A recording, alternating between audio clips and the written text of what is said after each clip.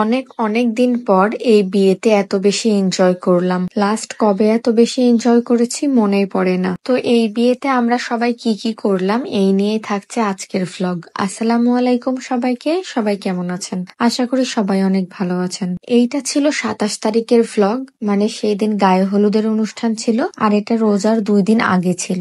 আমরা সবাই রেডি হয়ে বের হয়ে গেছিলাম, আর আমাদের ছোট্ট আয়াজ ওর লাইফের প্রথমবারের মতো পাঞ্জাবি পরেছিল। ওকে দেখতে কিন্তু মাশাআল্লাহ অনেক সুন্দর লাগছিল। একটু পরে আপনারা ওকে দেখতে পাবেন। এই যে দুষ্টু আয়াজ চলে এসছে আমার কোলে, আর পাঞ্জাবি পরে ওকে কেমন লাগছে বলেন তো। আর গায়ে হলুদের অনুষ্ঠানে যাওয়ার আগেই গাড়িতে বসে আয়াজের নাচ প্র্যাকটিস চলছে দেখেন। আসলে গাড়িতে মিউজিক বাজছিল তো ওইটাতে আয়াজ নাচছিল। আর আমরা আজকে যাচ্ছিলাম আয়াজের আব্বু, আমি, আয়াজ আর আয়াজের চাচু। আর রাস্তাতে অনেক বেশি জ্যাম ছিল, যার কারণে আমাদের একটু লেট হয়ে গেছিল যেতে।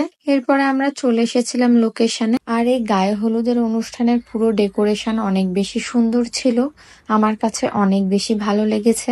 আমরা সবাই একসাথে ভিতরে ঢুকছিলাম, আর ঢুকার পরে সবাইকে দেখে তো আমি অবাক হয়ে গেছি। আর এর কারণ হচ্ছে আমি শুনেছিলাম ড্রেস কোড হচ্ছে হোয়াইট কালার, তো সবাই হোয়াইট কালারের পরবে, এই কারণে আমিও হোয়াইট কালারের একটা শাড়ি চুজ করেছিলাম, আর সেইভাবেই আমি সেজে এসেছি। তো আয়াজের আব্বু, চাচু, আমরা সবাই হোয়াইট পরেছি। বাট এসে দেখি সব ছেলেরা হোয়াইট কালার পাঞ্জাবি পরলেও মেয়েরা কিন্তু হোয়াইট কালার কেউই পরেনি। মেয়েরা পরেছে কেউ হলুদ, কেউ কমলা, কেউ গোলাপি, মানে সবাই নিজেদের ইচ্ছা মতো পরেছে। বাট হোয়াইট কালার শুধুমাত্র আমি পরেছি, এই কারণে আমার খুবই কেমন জানি লাগছিল। বাট যেটাই হোক, আমার হচ্ছে আয়াজের সাথে ম্যাচ করছিল, ওর আব্বুর সাথে ম্যাচ করছিল, এইটাই অনেক। আর এরপরে আমি আয়াজকে নিয়ে ছবি তুলছিলাম। আয়াজ তো চারিদিকে তাকিয়ে দেখতেই ব্যস্ত। এইদিকে ওর কোটিটা বারবার খুলে দিচ্ছিল, কারণ ও এগুলো একদম পরে থাকতে চায় না, জুতা পরতে চায় না, মোজা পরতে চায় না, মানে এক্সট্রা কোনো কিছু আয়াজ পরবে না। এই পর্যন্ত আয়াজের জন্য মনে হয় আমরা 4 জোড়া জুতা কিনেছি, বাট একটা ওকে পরিয়ে রাখতে পারিনি। যতবারই বাইরে যাই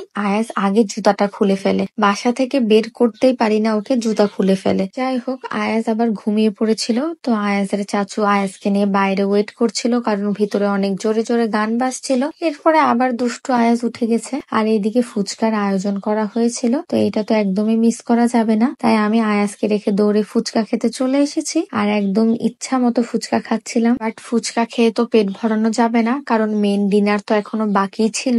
এরপরে আমরা সবাই ডিনার করে নিয়েছিলাম, আর ডিনারের পরে শুরু হয়েছে আসল আনন্দ, কারণ ডিনারের পরে নাচ গানের আয়োজন করা হয়েছিল। এই যে এখানে বরবউ নাচছিল, বরবউয়ের নাচ শেষে আরো কয়েকটা নাচ হয়েছে, আর এইভাবেই ধীরে ধীরে একটা নাচের পরিবেশ তৈরি হয়ে গেছে। সবাই কমফোর্টেবল হয়ে গেছে, যে যেখানে দাঁড়িয়ে ছিল সেইখান থেকেই নাচছিল। আর মিউজিক তো অনেক জোরে জোরে বাজছিল, তার সাথে লাইটিংও এমন ভাবে করা ছিল মনে হচ্ছিল যে এটা নাচের জন্যই করা। এইদিকে আমি পিছে আয়াজের দিকে বারবার তাকাচ্ছিলাম, কারণ আয়াজ ওর চাচুর কোলে ছিল। এরপরে আমরা আয়াজকেও নিয়ে চলে এসেছিলাম, কারণ আয়াজ দূর থেকেই নাচছিল, কারণ গান বাজলেই তো ওর নাচা শুরু হয়ে যায়। ভাবলাম যে আয়াজকেও নিয়ে আসি, বেচারা ও দূরে কেন থাকবে, আমাদের সাথে এনজয় করুক। তো আজকের জন্য এইটুকুই। সবাই ভালো থাকবেন, সুস্থ থাকবেন, আমাদের জন্য অনেক দোয়া করবেন। আল্লাহ হাফেজ।